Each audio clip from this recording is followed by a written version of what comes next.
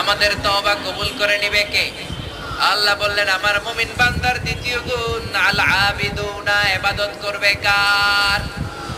ফালিয়াবুদু রাব্ব হাযাল বাইত। আল্লাহ বললেন এই কাবা ঘরের মালিক আল্লাহর ইবাদত করবা।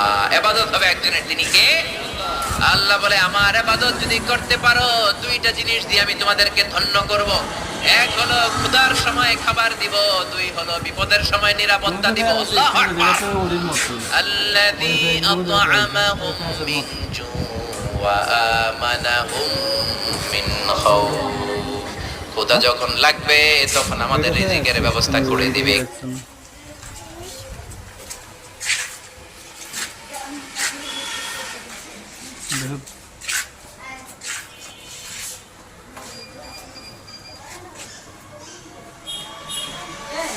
হ্যাঁ